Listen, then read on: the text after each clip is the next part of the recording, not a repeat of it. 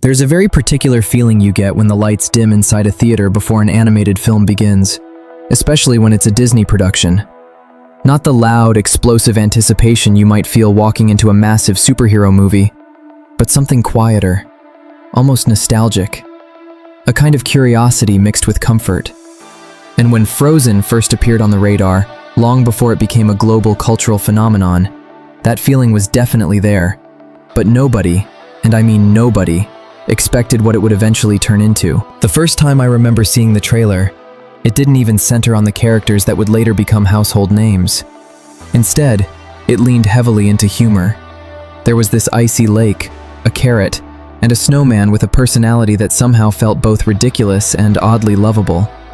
And that snowman, of course, would later be known to the entire world as Olaf. But at that moment, the marketing was almost deceptive in how small and playful it made the story look. What the trailer was actually doing was something pretty clever.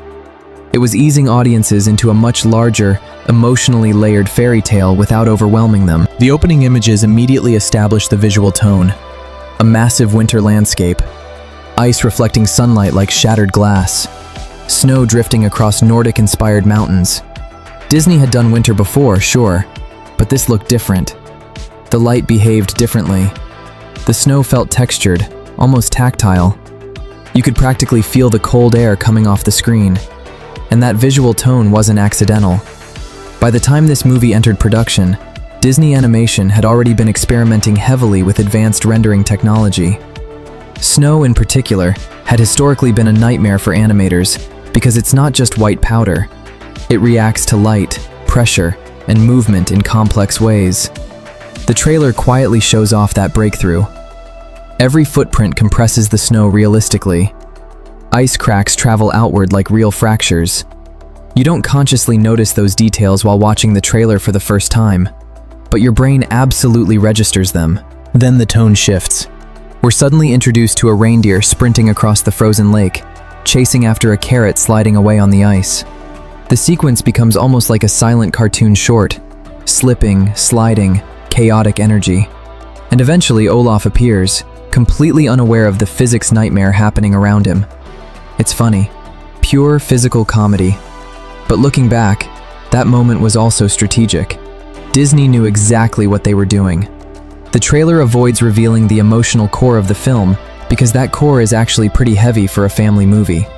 Instead, it invites audiences in through humor and spectacle. Only later did viewers realize that the heart of this story wasn't Olaf, or the slapstick moments, or even the adventure elements. It was the relationship between two sisters. That's where the trailer becomes fascinating on a second viewing. Because sprinkled quietly between the comedic bits are these quick flashes that hint at something deeper. A girl reaching out with glowing ice powers. A palace forming out of crystalline structures.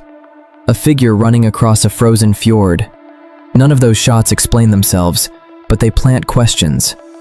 Why is the world suddenly covered in ice? Who is creating these structures? And why does everything feel slightly tragic? The music choice in the trailer plays a huge role in that atmosphere.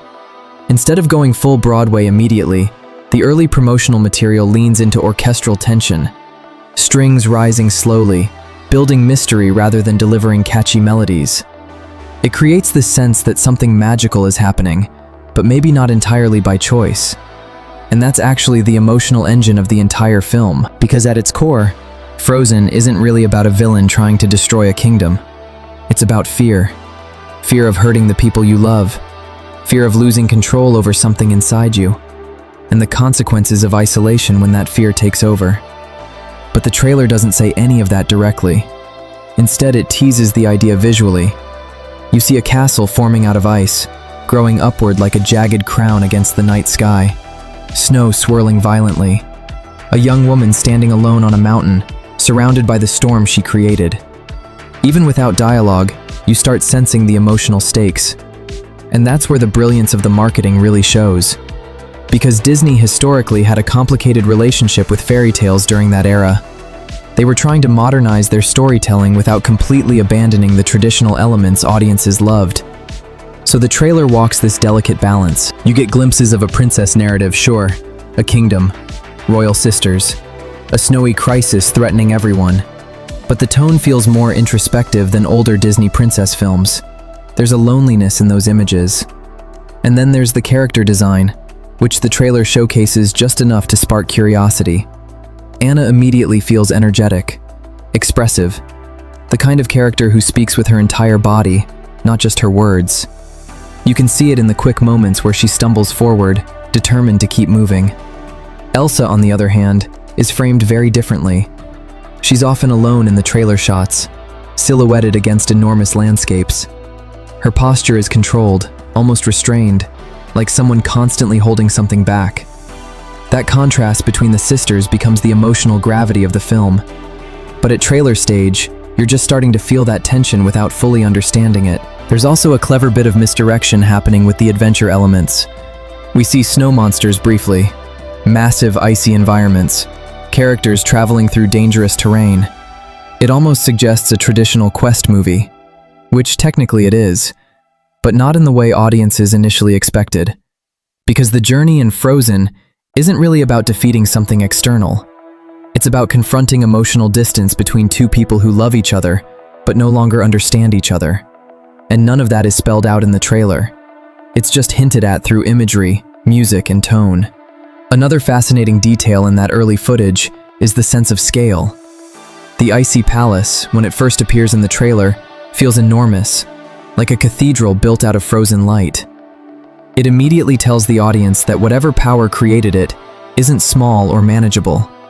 It's overwhelming. And when Elsa finally steps into that environment, standing alone inside something she unconsciously built, the moment carries this quiet melancholy. Again, no explanation yet, just emotion. That's the thing about great trailers. They don't summarize the story, they create emotional questions. Why is she alone? Why does the world look like this?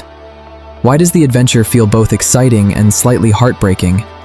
By the time the trailer ends, you've seen enough comedy to know the film won't be too heavy for families. Olaf sliding across the ice, the reindeer reacting with exaggerated expressions, little bits of playful chaos. But you've also glimpsed something larger, something visually ambitious and emotionally layered. And what's incredible, looking back now, is how understated that first impression was compared to what happened later. Because nobody leaving that trailer thought they were about to witness one of the most culturally explosive animated films of the 21st century. Nobody predicted the songs would become unavoidable worldwide. Nobody expected children, and plenty of adults, to memorize entire musical numbers. At that moment, it simply looked like a beautifully animated winter fairy tale with some funny characters and a mysterious magical premise, which honestly made the eventual impact of Frozen even more fascinating. The thing that really begins to emerge once you move past the initial trailer impressions is the quiet emotional setup that the film slowly builds from the very beginning. Frozen doesn't open with chaos or spectacle. Instead, it starts somewhere much smaller, almost intimate, in the kingdom of Arendelle, where two young sisters grow up inside a castle that looks peaceful on the outside, but quietly carries the seeds of the story's entire conflict. Anna and Elsa as children immediately feel different from typical animated princess introductions. Anna is full of energy from the first moment we see her. She runs, jumps, talks quickly, and treats the enormous castle halls like her personal playground. Elsa, on the other hand, moves more cautiously. Not timid exactly, but aware of something that Anna doesn't fully understand yet. That something is Elsa's ability to create ice and snow with her hands, and early on, the movie shows that power in the most innocent way imaginable. The sisters turn it into a game. Elsa creates tiny snow flurries inside their bedroom. The floor becomes a frozen playground. Snowmen appear out of thin air, while Anna laughs like this is the greatest thing that's ever happened. The moment feels magical, joyful, almost pure childhood wonder. But underneath that happiness, the movie quietly introduces the first hint of danger. Because Elsa doesn't completely control what she's doing. Her powers respond to emotion. Excitement makes them stronger. Fear makes them unstable. And since both girls are still kids, the line between fun and chaos starts to blur. One of the most important early sequences in the entire film happens during a late-night play session when things suddenly go wrong. The ice magic spirals out of Elsa's control, and Anna gets struck by a blast of frozen energy that knocks her unconscious. The tone changes instantly. Up to that point, the scene feels playful, but suddenly the castle hall is silent except for Elsa's panicked breathing. She realizes she's hurt her sister, and the fear on her face is one of the most human reactions you'll see in any Disney movie. The parents rush in, and within moments the girls are being carried through the snowy wilderness to seek help from the trolls, ancient magical creatures who live hidden in the mountains. This sequence is interesting because it quietly expands the world of the film without turning it into a massive fantasy epic. The trolls aren't presented like mystical overlords. They're quirky, earthy, almost family-like. Their leader examines Anna and explains something crucial. Anna will survive, but the memory of Elsa's magic must be removed to keep her safe. More importantly, Elsa herself must learn to control her powers before they hurt someone again. And that advice becomes the foundation for everything that follows. The parents return to the castle with two daughters, whose relationship is about to change dramatically. Elsa, now fully aware that her abilities can cause real harm, becomes terrified of losing control again. The king and queen decide the safest solution is isolation. The castle gates close. Elsa begins wearing gloves designed to suppress her powers, and Anna, who no longer remembers the magic incident, suddenly finds herself shut out from the sister she loves. This part of the story unfolds quietly, but carries enormous emotional weight. The sisters grow up in the same building, yet become strangers. Anna spends years knocking on Elsa's door, asking to play, asking why things changed, asking when the gates will open again. Elsa never answers. It's not because she doesn't care. In fact, the film makes it painfully clear that Elsa cares deeply. She's simply convinced that distance is the only way to protect Anna, and this is where Frozen begins separating itself from traditional Disney storytelling. The central conflict isn't a villain attacking the kingdom, it's emotional repression. Elsa is afraid of herself. As the years pass, both sisters grow into adulthood shaped by that silence. Anna develops an almost desperate optimism. She throws herself into anything that might fill the emptiness of the castle. Conversations with paintings, awkward interactions with staff, bursts of enthusiasm whenever something new appears. Elsa becomes the opposite, reserved, controlled, always calculating how to keep her emotions from triggering the powers she's terrified of revealing. Then something happens that changes everything. The king and queen leave on a diplomatic voyage across the sea, and their ship never returns. The loss is sudden and devastating. The film doesn't linger on the tragedy visually, but the emotional impact is clear. Two sisters who barely speak are now completely alone inside a kingdom waiting for its next ruler. Years pass again. Eventually the day arrives when the castle gates must open for Elsa's coronation as queen. This moment is massive, not just politically, but emotionally. For the first time since childhood, the outside world will step inside Arendelle again. Diplomats, merchants, dignitaries from other kingdoms, all arriving to witness Elsa take the throne. For Anna, it's the most exciting day of her life. After years of isolation, the castle suddenly bursts with activity. People everywhere, music echoing through the halls, doors finally open.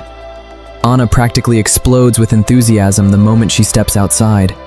She bumps into guests, introduces herself to strangers, and experiences the world like someone who's been underwater finally taking a breath. Elsa experiences the same day very differently. Her coronation gloves stay firmly in place. Every handshake feels dangerous. Every emotional spike risks exposing the secret she's hidden her entire life. Yet the ceremony itself goes smoothly.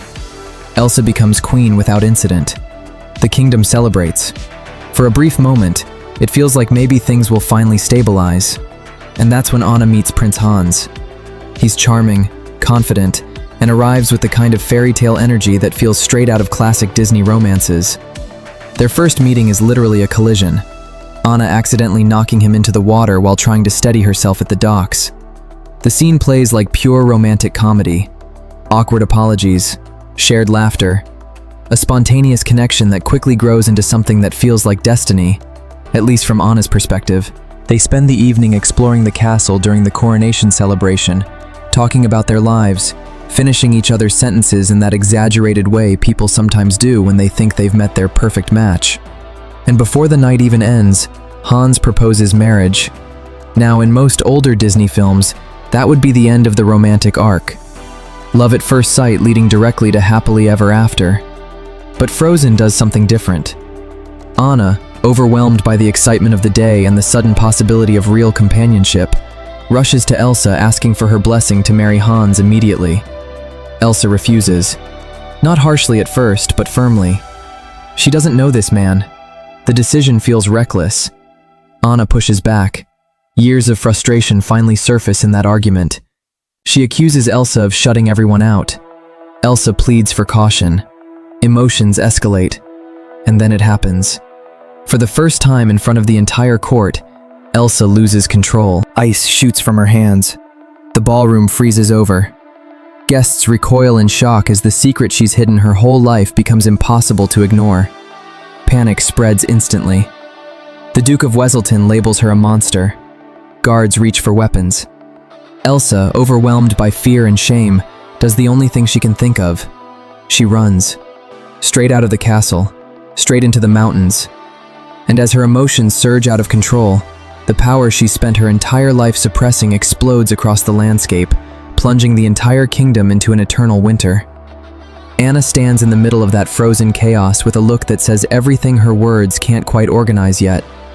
Moments ago, the ballroom was full of music, laughter, chandeliers glowing warmly above rows of diplomats and visiting nobles. Now the floor is coated in frost. People are backing away from the throne in disbelief. And the sister Anna spent her entire childhood trying to reconnect with has vanished into the snowstorm outside.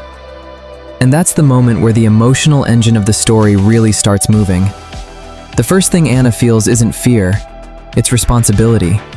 Because while everyone else in the room is whispering about Elsa's powers, speculating, accusing, wondering what kind of ruler they've just crowned, Anna's mind jumps to a completely different place. Elsa isn't a monster to her. Elsa is her sister. The same person who used to build snowmen in the bedroom when they were little. The same person who shut herself away for years behind a closed door. So Anna makes a decision almost instantly. She's going after her. The kingdom at that point is already beginning to feel the consequences of Elsa's emotional eruption. The temperature drops rapidly. Snow starts falling in thick layers across Arendelle's harbor. Boats freeze in place at the docks. Guests who arrived expecting a coronation celebration now find themselves trapped in a sudden winter. But Anna barely notices any of that. She throws on winter clothes, grabs a horse, and heads directly toward the mountains where Elsa disappeared. The film does something interesting here with pacing. Instead of turning Anna's journey into a straightforward heroic quest, it lets the environment become part of the storytelling. The further she rides from the castle, the more the weather intensifies. Snow piles up along the road. The wind grows sharper. The landscape feels almost transformed by Elsa's emotions. Eventually, Anna reaches a steep mountain trail where the horse simply can't continue. That's when she runs into Kristoff. Kristoff is one of those characters who immediately breaks the polished fairy tale atmosphere that dominated the earlier castle scenes. He's rough around the edges, bundled in heavy winter clothing, hauling blocks of ice with his sled while his reindeer companion Sven watches everything with quiet curiosity. What makes Kristoff interesting isn't just his personality, it's his relationship with the world around him. While the royal court lives inside elegant halls worrying about politics and appearances, Kristoff survives by working directly with the harsh conditions of the mountains. Ice harvesting, sled transport, navigating blizzards.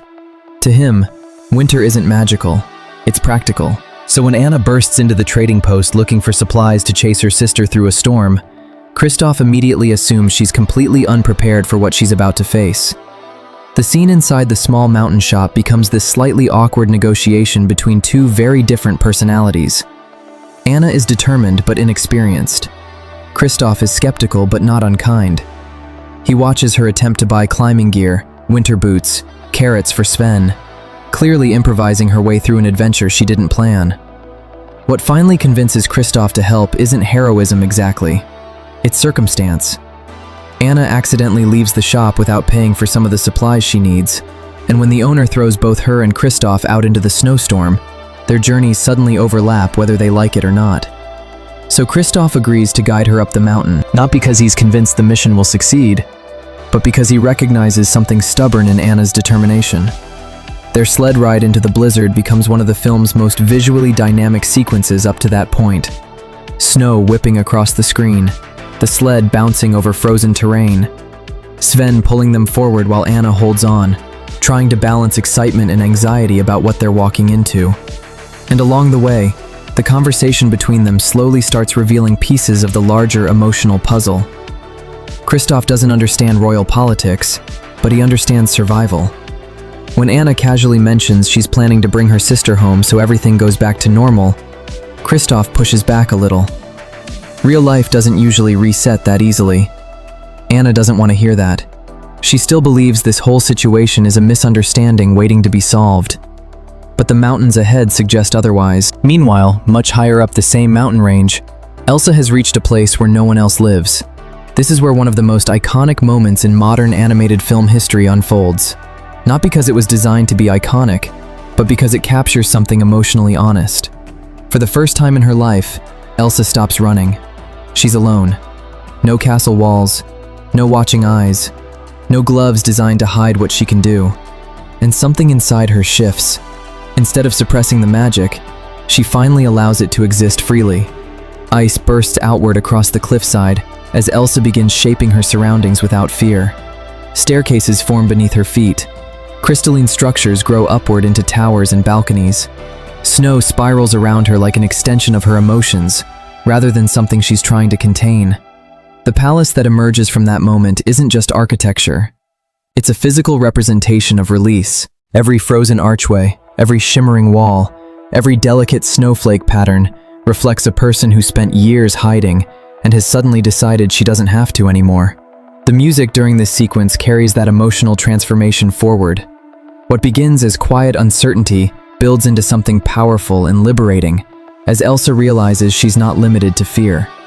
For the first time, she feels strong instead of dangerous, but the freedom comes with a cost she doesn't fully recognize yet. Back down the mountain trail, Anna, Kristoff, and Sven eventually stumble into a completely different kind of magical encounter. The small snowman Elsa accidentally created years ago during childhood games, Olaf, has somehow come to life.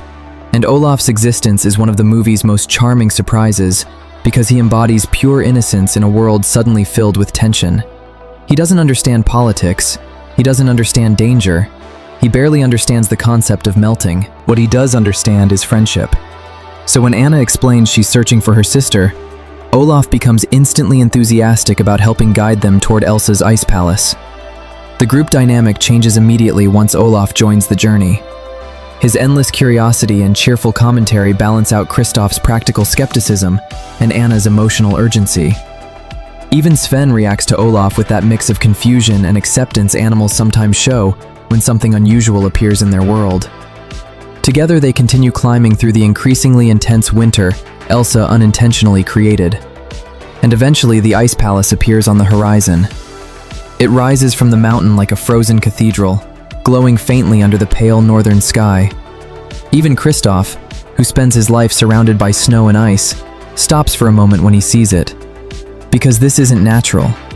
This is power. Anna approaches the massive doors with hope still guiding her thoughts.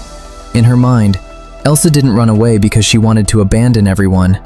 She ran because she was scared. And fear, Anna believes, can be fixed with love. So she knocks on the door of the ice palace.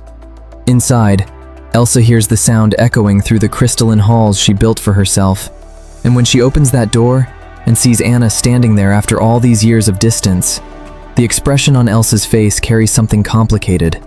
Relief, worry, affection, and a growing realization that the freedom she felt up here might not be as simple as she thought. Elsa freezes for a moment when she sees Anna standing there in the middle of that icy balcony, wind whipping snow across the open mountain peak. It's not the kind of reunion either of them imagined growing up. Anna looks exhausted from the climb, her hair full of frost, cheeks red from the cold. But there's still that stubborn warmth in her expression, the same determination she had as a kid when she'd stand outside Elsa's bedroom door asking to be let in. And for a brief second, Elsa almost smiles. Not the composed, distant smile she used during the coronation ceremony, but something softer. Something closer to the sister she used to be before fear started shaping every decision she made. Anna steps forward first, because that's who she is. She doesn't hesitate around emotional distance. She barrels straight into it with optimism and hope that things can still be fixed. She tells Elsa the kingdom is frozen. Not metaphorically, literally. The snowstorm that erupted during Elsa's escape has turned Arendelle into a winter landscape overnight. Ships are stuck in ice. Crops are buried under snow. The entire harbor is frozen solid. Anna believes the solution is simple. Elsa can reverse it. Just come home, take control of the power, and everything will go back to normal. But the moment Anna says that, Elsa's body language changes again. The calm she found inside the palace begins to crack slightly, because Anna is asking for something Elsa has never believed she was capable of doing. Control. Elsa tries to explain that the palace, the mountains, the snowstorm, it all happened because she finally stopped trying to suppress the magic. But reversing it? That would require understanding powers she spent her entire life avoiding. Anna keeps pushing gently. She reminds Elsa that they used to handle things together when they were kids. That isolation isn't the answer. That the kingdom needs its queen. The more Anna insists, the more Elsa's anxiety builds again. And that's the tragic irony of this moment. Anna is trying to help, but her optimism triggers the exact emotional pressure Elsa was trying to escape. The palace begins reacting subtly to Elsa's growing stress. Ice forms along the balcony railings. Frost spreads across the floor. Elsa asks Anna to leave, not angrily, almost pleading. Because the more intense Elsa's emotions become, the more unpredictable the magic grows. Anna refuses. She's waited too many years to reconnect with her sister just to walk away now. The argument escalates quickly after that. Elsa tries to explain the danger, telling Anna she doesn't understand what these powers can do when they spiral out of control. Anna answers with the same logic she's been carrying since childhood. Fear is the problem, not the magic. If Elsa would just stop being afraid, everything would be fine. But that belief ignores something Elsa knows too well. The magic doesn't just respond to fear, it amplifies it. And suddenly Elsa's hands flare with icy energy again. She panics, tries to push Anna away with a burst of freezing wind. But the power doesn't behave the way she intends. A shard of ice shoots forward and strikes Anna directly in the chest. For a second, nobody moves. Anna stumbles backward, gasping. The impact isn't immediately visible, but Elsa knows exactly what just happened, because it mirrors the childhood accident she spent years trying to prevent. She's hurt Anna again. Except this time it's worse. The ice didn't hit Anna's head like before. It struck her heart. Elsa's reaction is immediate and desperate. She begs Anna to leave the mountain before anything else goes wrong. Panic drives every word she speaks. The freedom she felt earlier disappears completely, replaced by confirmation of her worst fear. Her powers hurt the people she loves. Anna, still confused about what exactly happened, tries to reassure her sister. She insists she's fine, that nothing serious occurred, but Elsa won't listen. She creates a massive snow monster, Marshmallow, to force Anna and her companions out of the palace. The creature isn't evil exactly. It's more like a physical manifestation of Elsa's instinct to push everyone away when emotions get too overwhelming. Huge, towering, made entirely of compacted snow and ice, it chases Anna, Kristoff, Olaf, and Sven down the mountainside. The escape becomes chaotic, snow exploding beneath their feet, the monster smashing ice pillars apart while roaring through the storm. Kristoff guides the group across narrow ledges and steep slopes, while Olaf somehow manages to keep up despite being made entirely of snow. Eventually they tumble down the mountain, barely escaping the creature's reach. But the damage has already been done. As the adrenaline fades and the group regains their footing in the forest below, Anna begins feeling something strange spreading through her body. Cold. Not the normal kind caused by winter weather. This cold feels deeper, like it's moving slowly through her chest and into her veins. Kristoff notices it first. Her skin begins losing color, her movements slow slightly. And when Anna finally explains what happened inside the palace, that Elsa accidentally struck her with ice magic, Kristoff's expression changes instantly, because he remembers something from his childhood. Years ago, when he was just a boy living among the mountain trolls, he witnessed a similar kind of magical injury. The trolls had warned that ice powers affecting the heart are far more dangerous than anything else. Anna doesn't want to hear that. She's still focused on Elsa. But Kristoff knows they're running out of time, so he makes another decision. Instead of returning directly to Arendelle, he takes Anna to the trolls who once helped him as a child. They live hidden among the rocks deep in the forest, disguised as ordinary boulders until someone approaches. When Kristoff calls out to them, the stones slowly shift and rise, revealing the same ancient creatures who saved Anna years ago. Their leader examines Anna carefully, and this time the diagnosis is far more serious. The ice spreading through her body is freezing her heart from the inside. Eventually, if nothing stops it, Anna will become solid ice herself. There's only one possible cure: an act of true love powerful enough to melt the frozen heart before the transformation completes. For Anna, the solution seems obvious. Prince Hans, the man she fell in love with during the coronation celebration, the man who proposed marriage only hours after they met. If true love's kiss is what she needs, then returning to Arendelle and finding Hans should solve everything. Kristoff prepares the sled immediately. The group races back toward the kingdom through heavy snowfall, carrying the fragile hope that Anna can reach Hans before the magic inside her heart finishes what Elsa's fear accidentally started.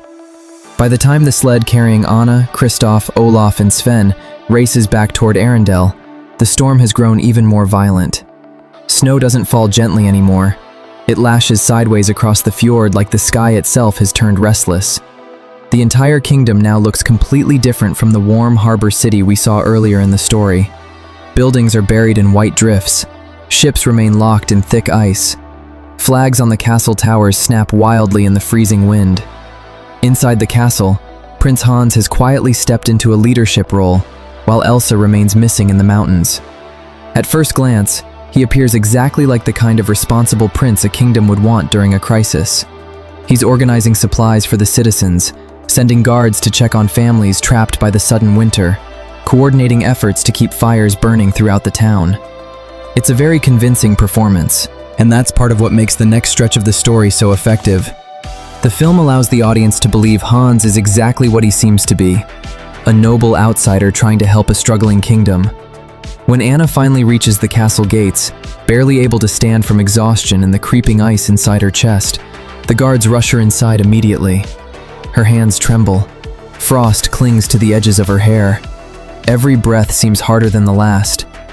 Hans appears genuinely relieved to see her. Anna explains everything in fragments: the mountain, Elsa's palace, the accidental strike to her heart, the troll's warning. She tells him the only cure is an act of true love. And because she believes in fairy tale logic with absolute sincerity, she's convinced that love already exists between them. All she needs now is a kiss. Hans helps her onto a couch beside the fireplace, where the warmth barely seems to reach her anymore. The ice inside her is spreading faster than anyone expected. Anna looks at him with hope. And that's when the story takes one of the most unexpected turns in modern Disney storytelling. Hans leans closer, holding her hands gently for a moment. Then he pauses. His expression changes, not dramatically, not in a villainous grin, but in a quiet shift that suddenly feels wrong. He tells Anna something she never imagined hearing. He was never in love with her, not even for a second. What seemed like romantic spontaneity during the coronation celebration was actually something else entirely: calculation. Hans explains that as the 13th prince of a distant kingdom, he grew up knowing he would never inherit power or status back home. But Arendelle offered an opportunity. If he could marry into the royal family, he could place himself directly in line for the throne. Anna's sudden engagement made that plan incredibly convenient. Except Elsa's escape complicated things.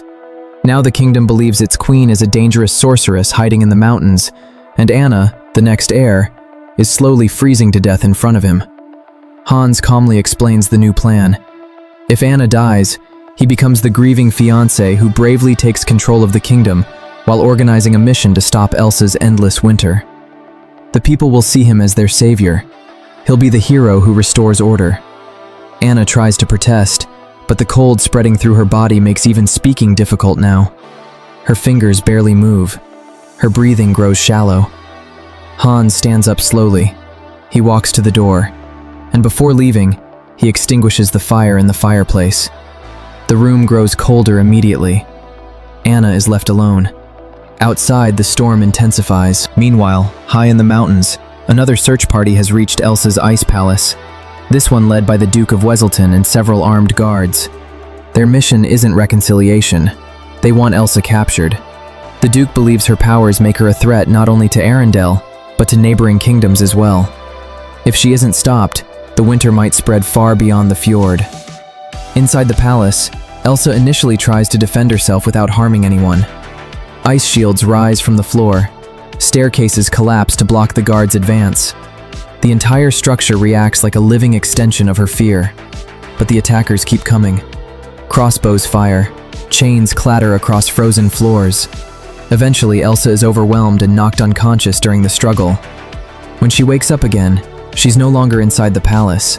She's locked in a cell beneath Arendelle's castle, her hands restrained by iron shackles designed to prevent her from moving freely. Back in the castle above, the storm outside begins reaching its absolute peak.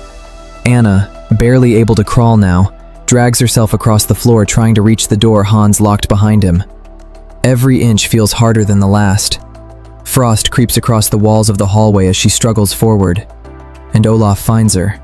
The little snowman had been searching the castle for help when he stumbles into the room and realizes immediately how serious the situation has become.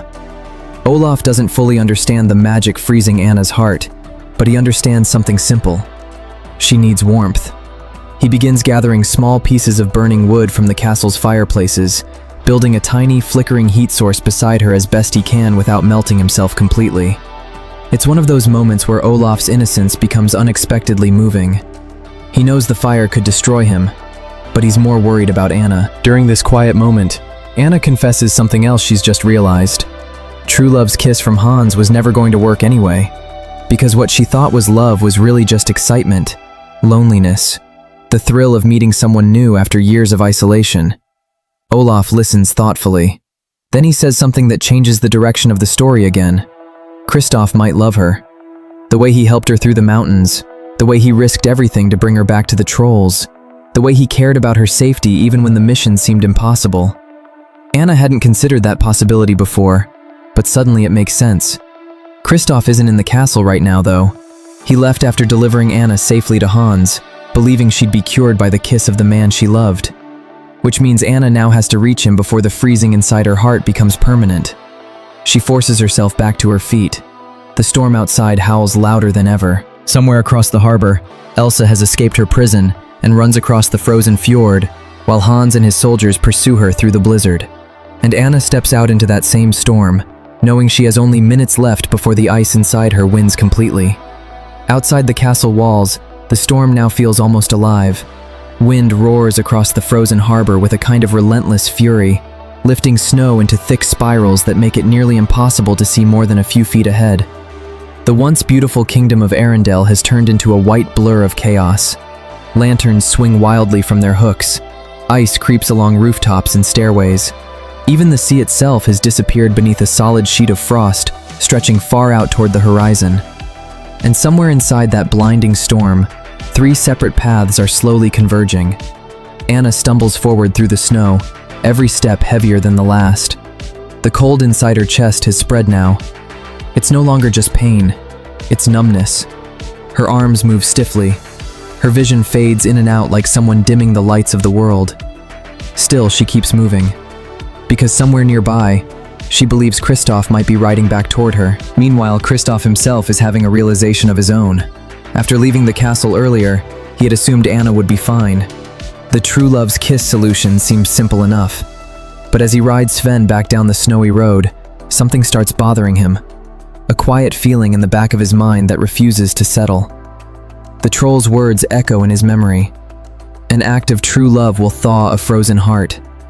And suddenly the idea of Hans being the one to provide that love doesn't feel right anymore. Kristoff stops the sled, looks back toward the castle towers barely visible through the storm. Then he turns Sven around immediately. Without saying a word, the reindeer lunges forward into the blizzard, racing back toward Arendelle as fast as the sled can carry them. At the same time, another chase unfolds across the frozen fjord. Elsa has escaped her cell.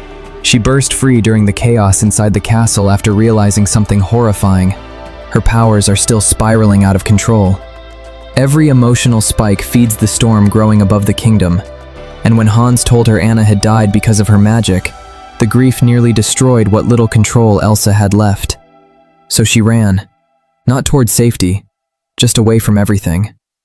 Now she moves across the ice-covered harbor, trying to outrun the guards chasing her through the snow. Each step cracks the frozen surface slightly beneath her feet.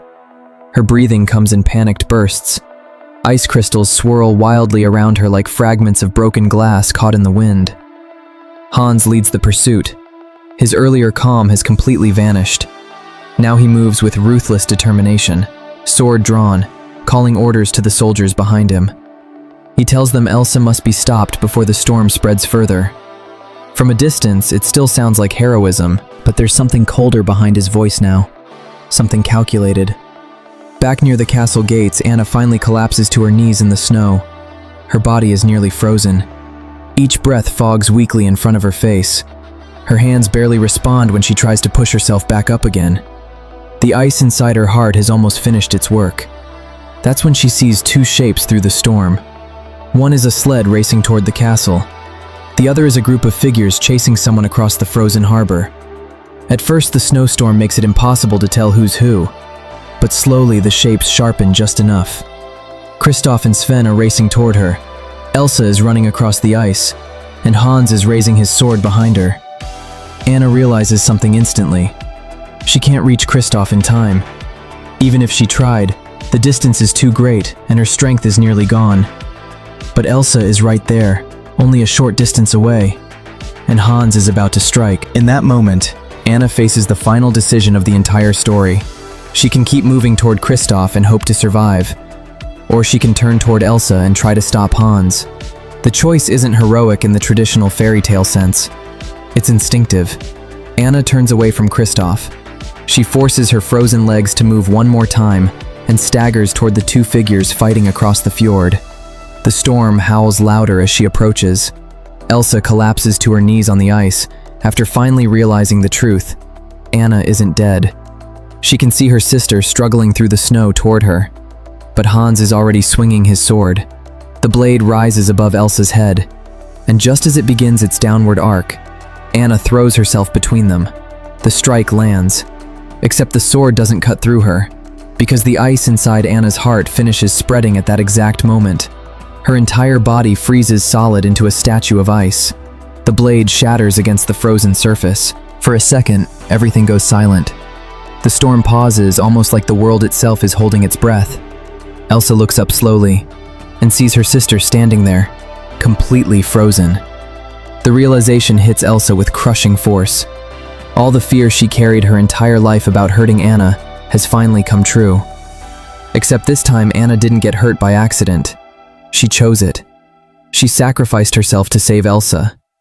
Elsa crawls across the ice toward the frozen statue, her hands shaking as she wraps her arms around Anna's motionless body. Grief floods through her completely. Not fear, not panic, just pure, overwhelming love for the sister she thought she had lost years ago. And that love does something Elsa never expected. It melts the ice. A small crack forms across Anna's frozen surface, then another. The frost slowly begins dissolving until Anna gasps suddenly and color rushes back into her face. She collapses forward into Elsa's arms. Alive. The act of true love that saved her heart wasn't romantic at all. It was the sacrifice she made for her sister. And suddenly Elsa understands something she never realized before. Love doesn't weaken her powers. Love controls them. As that realization settles in, the storm above Arendelle begins to calm. Snowflakes slow. The freezing wind fades. Ice across the harbor starts melting under the returning sunlight. Elsa stands up slowly, helping Anna to her feet while the entire kingdom watches from the castle walls. For the first time in her life, Elsa isn't afraid of what she can do. She raises her hands gently toward the sky, and with careful, deliberate movements, she reverses the endless winter that had consumed the kingdom. Snow melts from rooftops. The harbor water breaks free from the ice. Green grass begins appearing again beneath the fading frost. Arendelle returns to summer, and the sisters stand together at the center of it all, finally understanding that the thing Elsa spent her entire life fearing was actually the key to controlling her power all along. What's fascinating is that the emotional resolution of the story, the moment when Anna's sacrifice rewrites Elsa's understanding of her own powers, didn't just land inside the movie itself. When the film finally arrived in theaters, That same kind of unexpected emotional connection started happening with audiences all over the world. Because when Frozen premiered, it didn't look on paper like the kind of movie that would reshape the animation landscape.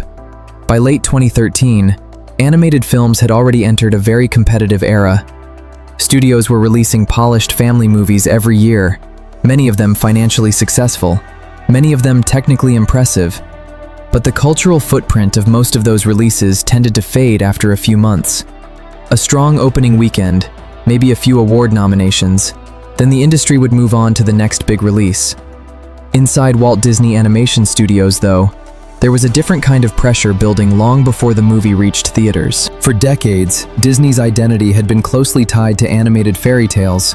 Films like Snow White and the Seven Dwarfs, Cinderella, and The Little Mermaid defined entire generations of storytelling.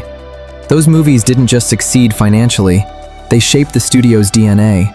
But the early 2000s had been complicated for Disney Animation. Computer-generated films from other studios were dominating the box office. Audience tastes were evolving. Some of Disney's own animated releases during that period struggled to find the same lasting impact that earlier classics had achieved. So when development began on Frozen, the goal wasn't simply to produce another animated fairy tale. The studio was trying to rediscover something that had once defined them: emotional storytelling that felt timeless. The inspiration for the film actually came from a much older source: Hans Christian Andersen's story, The Snow Queen.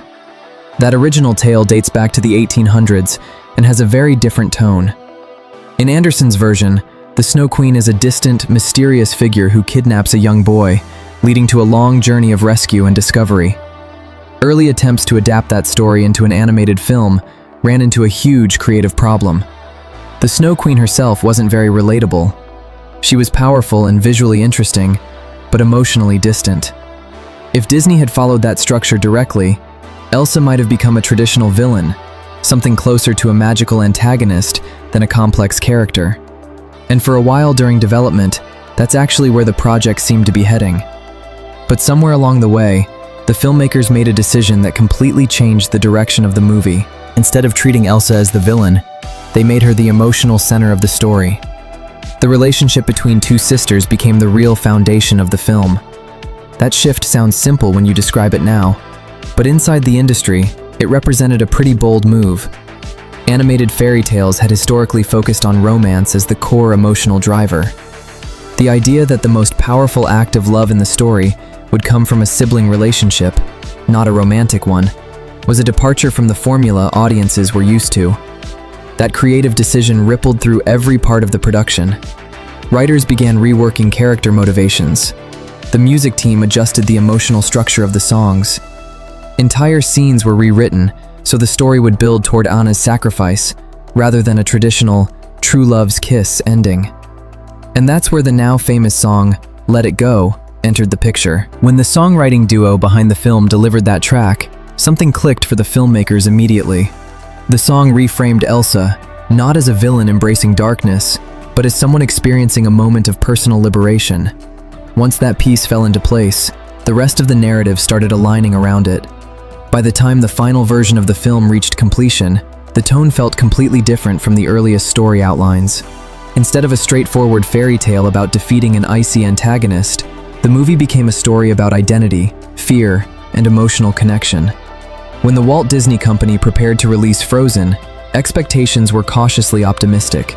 The animation looked stunning, the music tested well with audiences, but nobody inside the industry could fully predict what was about to happen. The movie officially opened in the United States in November 2013, strategically timed for the Thanksgiving holiday weekend, a period when families traditionally head to theaters together. Right away, something unusual began happening. Instead of peaking quickly and fading, the film kept growing week after week. Word of mouth spread at an incredible pace. Kids returned to see it multiple times. Parents who expected a typical animated outing found themselves emotionally invested in the story. The soundtrack exploded in popularity. Let It Go became more than just a song from a movie. It turned into a cultural phenomenon. Radio stations played it. Cover versions appeared online everywhere. Children sang it at school events, talent shows, and family gatherings. And the box office numbers kept climbing. Soon the film wasn't just a successful animated release, it was becoming one of the biggest hits in Disney's entire history. By the time its theatrical run concluded, Frozen had crossed the $1 billion mark globally, placing it among the highest-grossing animated films ever released at the time. But the financial success only tells part of the story. What truly surprised the industry was how deeply the movie embedded itself into popular culture. Characters like Elsa, Anna, Olaf, and Kristoff suddenly appeared everywhere, from merchandise shelves to theme park attractions to Halloween costumes across entire countries. For Walt Disney Animation Studios, the success of Frozen felt like a turning point. It proved that the studio could still create animated stories that resonated across generations in the same way their classic films once had. More importantly, it showed that audiences were ready for fairy tales that looked familiar on the surface, but carried more emotionally modern ideas underneath. Stories where love wasn't limited to romance, stories where fear and vulnerability could belong to the hero rather than the villain. Stories where a quiet relationship between two sisters could become the emotional heart of a global blockbuster. What makes the characters in Frozen work so well isn't just the voice acting or the animation. It's the way each personality fits into the emotional machinery of the story. When you step back and really examine how the film builds its world, every major character carries a different kind of emotional perspective. They aren't just supporting pieces around Elsa and Anna. Each one represents a different way of approaching fear, love, isolation, or responsibility. Take Elsa first. Elsa might be one of the most psychologically layered protagonists Disney Animation has ever produced. On the surface, she's a queen with magical powers over ice and snow. But those powers are really just a metaphor for something much more relatable: emotional suppression. From childhood onward, Elsa grows up believing that who she naturally is might hurt the people she loves. That kind of fear shapes everything about her personality. She becomes controlled, careful, distant. Every movement of her hands, every word she chooses, every facial expression is filtered through years of anxiety about losing control. That's why her story resonates with so many people. Elsa isn't a traditional action hero. Her journey isn't about defeating an external enemy. It's about learning that self-acceptance and emotional connection are stronger than fear. The filmmakers even designed her body language to reflect that internal struggle. Early in the movie, Elsa's posture stays tight and guarded, shoulders slightly pulled inward, arms often close to her body. When she finally reaches the mountains and stops suppressing her power, her movements become wider, more expressive, almost graceful. The animation subtly mirrors her psychological release. Right across from her emotionally stands her younger sister. Anna is built on an entirely different kind of energy. If Elsa represents restraint, Anna represents openness. She grew up outside the emotional prison Elsa built for herself. The castle doors were closed, the relationship disappeared overnight, and Anna never fully understood why. So she coped the only way she knew how: by staying optimistic. Anna's personality is impulsive, enthusiastic, sometimes awkward in social situations because she spent most of her childhood isolated inside the palace walls. But that awkwardness actually becomes part of her charm. She's honest in a way many fairy tale protagonists aren't. When she falls in love with Hans early in the story, the film intentionally shows that it's not real love.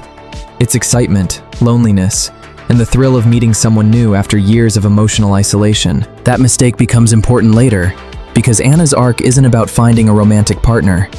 It's about learning what real love actually looks like: loyalty, sacrifice, and emotional understanding. Then there's Kristoff. Kristoff brings a completely different worldview into the narrative. While Anna and Elsa grew up surrounded by royal expectations and castle etiquette, Kristoff was raised in the mountains. His life revolves around survival, work, and practical thinking. That contrast gives the story grounding. Kristoff isn't impressed by palace politics. He doesn't care about royal titles. What matters to him is whether someone can be trusted, whether they keep their promises, whether they treat others with respect. And his relationship with Sven, the reindeer he grew up alongside, shows another side of his character. Kristoff talks to Sven constantly, sometimes even voicing Sven's responses himself, which adds humor, but also reveals something about Kristoff's lonely upbringing. Animals were his family long before he met Anna. Then there's the most unlikely emotional bridge in the film. Olaf could have easily been just comic relief. Animated films often include a side character whose primary job is to deliver jokes between heavier story moments. But Olaf ends up doing more than that, because Olaf represents pure innocence. He was literally created from Elsa and Anna's childhood memories of building snowmen together. So when he comes to life later in the story, he carries the emotional warmth of that earlier time, before fear separated the sisters. That's why his personality feels so joyful. Olaf isn't weighed down by past trauma or political responsibility. He simply believes in friendship, kindness, and the idea that people should take care of each other. Even his famous fascination with summer works symbolically. Olaf dreams about warm sunshine and sandy beaches, even though he's made of snow and would melt instantly if those dreams came true. It's a perfect example of innocent optimism, the willingness to imagine happiness even when the reality might be dangerous. And finally, we have the character who quietly transforms the entire narrative structure. Prince Hans begins the movie looking exactly like the classic Disney prince archetype. Charming, polite, handsome, and seemingly noble. His introduction is intentionally designed to match audience expectations built from decades of fairy tale storytelling. That's why the twist later in the film works so effectively. Hans isn't a villain in the traditional sense of theatrical evil. He's calculating, ambitious, opportunistic. Everything he does early in the movie is carefully performed to build trust. And when the truth finally emerges, it forces the audience to rethink every earlier interaction with him. The smile during the coronation, the quick engagement with Anna, the supportive leadership role he takes after Elsa disappears. All of it was part of a long-term plan to gain power. That narrative twist plays a crucial role in reinforcing the movie's central theme. The film challenges the idea that love can appear instantly. Real emotional bonds take time, understanding, and sacrifice. Anna's relationship with Elsa and her growing connection with Kristoff both reflect that truth in different ways. When you step back and look at how these characters interact throughout the film, it becomes clear that the writers weren't simply creating personalities. They were building emotional counterweights. Elsa's fear balances Anna's optimism. Kristoff's practicality balances Anna's impulsiveness. Olaf's innocence balances the darker emotional tension surrounding Elsa's powers. And Hans's deception forces the story to question fairy tale assumptions entirely. All of those dynamics working together create a cast that feels alive in ways that many animated films struggle to achieve. Because even though the world of Frozen is filled with magic, castles, and talking snowmen, the emotions driving the characters are deeply human. When people first hear about a movie like Frozen, the assumption is usually pretty simple. It's a musical fairy tale with ice magic, princesses, and a kingdom stuck in winter. On the surface, that description isn't wrong. But if you look closely at how the film presents its story, you realize something interesting. The movie actually hides its deeper themes behind a structure that feels very familiar. That's what makes it work so well. Because the plot unfolds like a classic adventure. One sister running away, another chasing after her, a kingdom trapped in magical winter. But underneath that framework, the story is quietly exploring much more complicated emotional territory. So imagine watching the movie for the first time without knowing any of the twists. The opening act sets up the emotional fracture between the sisters. Elsa's powers cause an accident when their children, fear enters the household, and their parents decide the only solution is isolation and secrecy. Years pass, doors close, conversations stop. Two sisters grow up in the same castle, but live completely separate emotional lives. Already the film is asking a question most fairy tales never really explore. What happens when love exists, but fear interrupts it? Then we move into the Coronation Day sequence, which changes the energy of the story. The gates of Arendelle open for the first time in years. Guests from neighboring kingdoms arrive. Music fills the halls. Anna experiences her first real interaction with the outside world after a childhood spent behind closed doors. It feels hopeful, almost celebratory, but the film quietly plants seeds of tension during these scenes. Elsa is constantly managing her anxiety, trying to appear composed while hiding the magic she spent years suppressing. Anna, on the other hand, is overflowing with excitement, making up for lost time by talking to everyone she meets. Their emotional trajectories are moving in completely opposite directions. That tension finally explodes during the ballroom confrontation. Anna announces her sudden engagement to Hans, Elsa refuses to give her blessing, and the argument spirals into the moment Elsa loses control of her powers in front of the entire kingdom. From a plot perspective, that's the turning point where the story transforms from a royal drama into a magical crisis. Elsa flees, the eternal winter begins, and Anna makes the decision to chase after her sister rather than remain safe in the castle. That choice drives the entire middle section of the film. The journey through the mountains introduces the characters who slowly reshape Anna's understanding of love and responsibility. Kristoff begins as a reluctant guide, someone more interested in delivering ice than saving a kingdom. Olaf appears as a walking reminder of the sisters' childhood friendship. Even Sven contributes small emotional moments that humanize Kristoff's otherwise rough personality. As the group climbs higher into the mountains, the tone of the story evolves. What began as a rescue mission slowly becomes something deeper. Anna isn't just trying to bring Elsa back anymore. She's trying to repair a relationship that was broken long before the coronation disaster ever happened. Then comes the Ice Palace scene, which might be one of the most visually memorable sequences in modern animation. Anna walks into this incredible frozen structure Elsa created, expecting a heartfelt reunion. Instead, she finds someone who has just discovered freedom after a lifetime of emotional imprisonment. Elsa doesn't want to go back. Not because she hates Anna, because she believes returning would endanger everyone. That misunderstanding between them pushes the story toward its final act. Elsa accidentally strikes Anna with her magic. The curse begins freezing Anna's heart, and the race back to Arendelle begins. At this point, the film starts quietly subverting traditional fairy tale expectations. Anna believes the cure will come from a romantic kiss with Hans. The audience, conditioned by decades of similar stories, probably assumes the same thing, but the movie deliberately dismantles that expectation. Hans's betrayal reveals that the relationship Anna believed in wasn't built on genuine connection at all. It was manipulation, which leaves the story without the typical fairy tale solution. Instead, the climax shifts towards something much more meaningful. Anna sacrifices herself to save Elsa. That act, choosing her sister's safety over her own survival, becomes the emotional center of the entire narrative. And when that sacrifice melts the frozen heart curse, Elsa finally understands the one thing she'd been missing her whole life. Love doesn't make her powers dangerous. Love makes them controllable. The resolution of the plot flows naturally from that realization.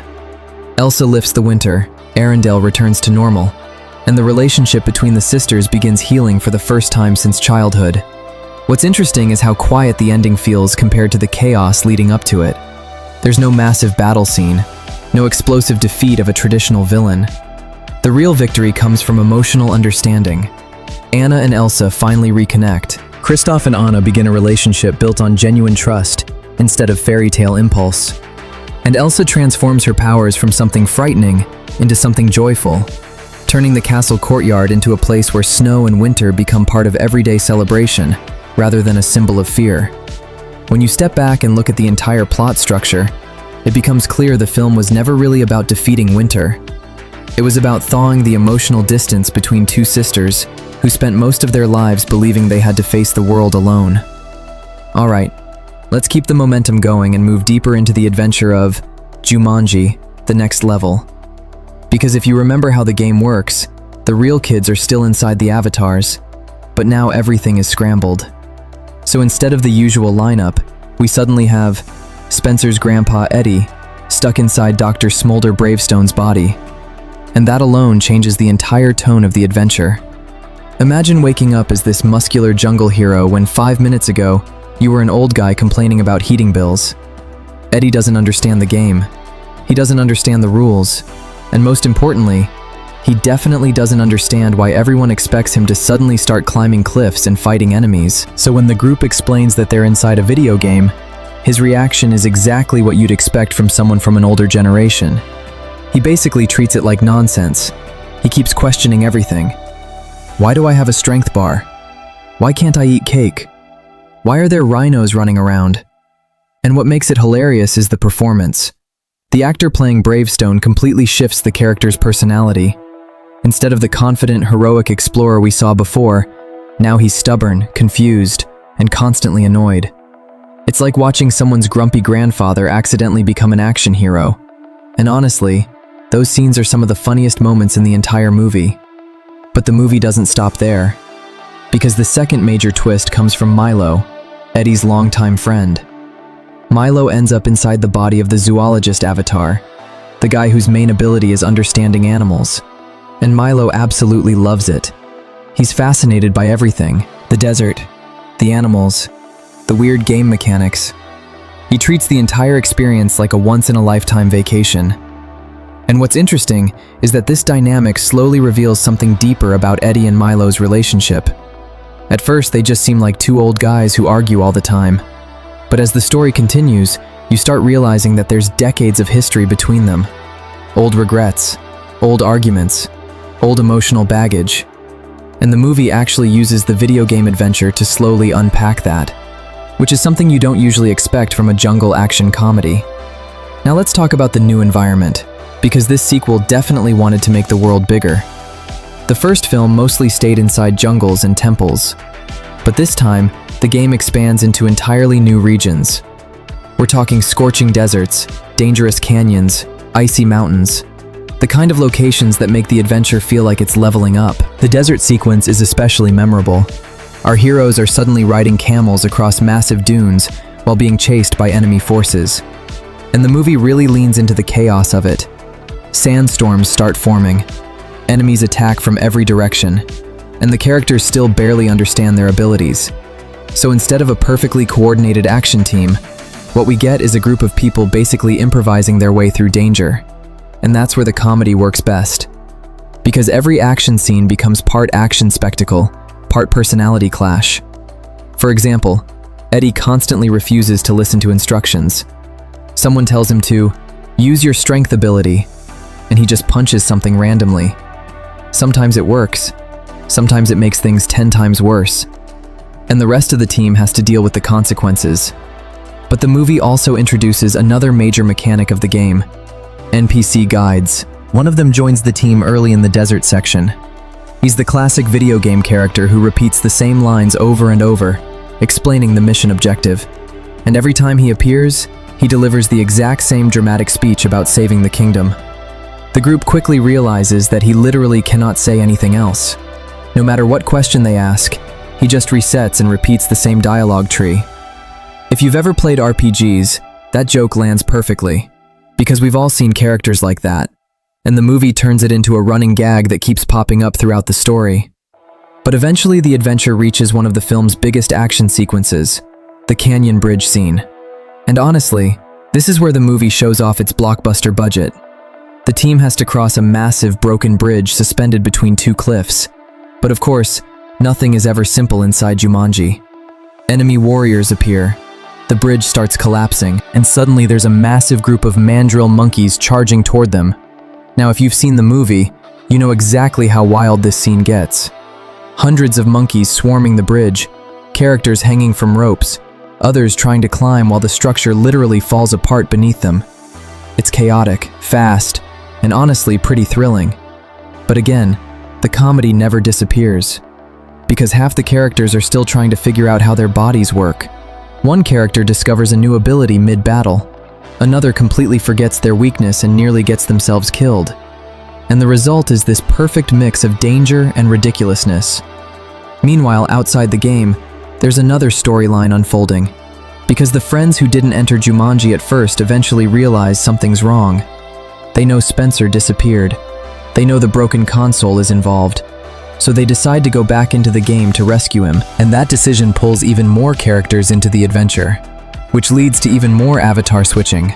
By the middle of the film, keeping track of who's inside which body becomes part of the fun. And the actors clearly enjoy playing with that idea. They're constantly shifting their personalities depending on which character is controlling them. One moment someone is confident and heroic. The next moment they're shy, nervous, or completely confused. And that constant switching keeps the movie feeling unpredictable. But underneath all the jokes and action scenes, the story is really about identity and confidence. Spencer originally went back into the game because he felt like he wasn't good enough in the real world. Inside Jumanji, he could be stronger, braver, more important. But the journey slowly teaches him that confidence doesn't come from hiding inside a different body. It comes from accepting who you actually are. And that theme connects with Eddie and Milo too. Their friendship had been damaged for years because of pride and misunderstandings. But surviving the adventure together forces them to confront those feelings. They talk about the past, they talk about regrets, and eventually they start repairing that bond. It's surprisingly emotional for a movie that also includes exploding bridges and monkey stampedes.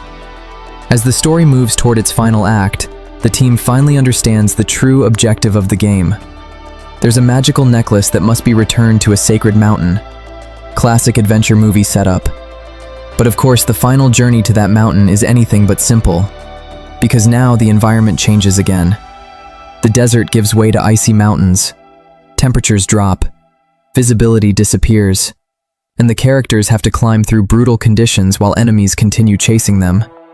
It almost feels like the game is throwing its hardest level at them, which makes sense.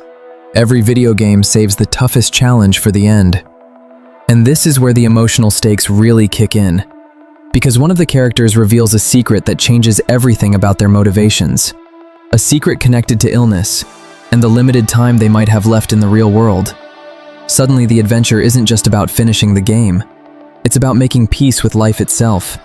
And honestly, that moment adds a layer of heart that elevates the entire film. What started as a goofy jungle sequel becomes something surprisingly meaningful. So as the team approaches the final temple, everything is on the line. The enemies are closing in, the environment is collapsing around them, and they're running out of extra lives.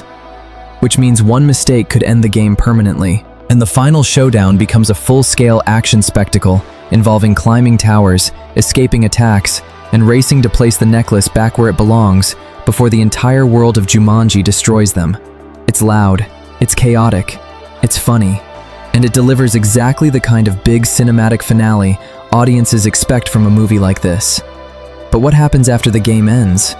And how does the experience change the characters once they return to the real world? That's where the film's final emotional beats really land. Because the adventure may be over, but the lessons from Jumanji stay with them. And in many ways, the real world becomes the place where the true growth happens.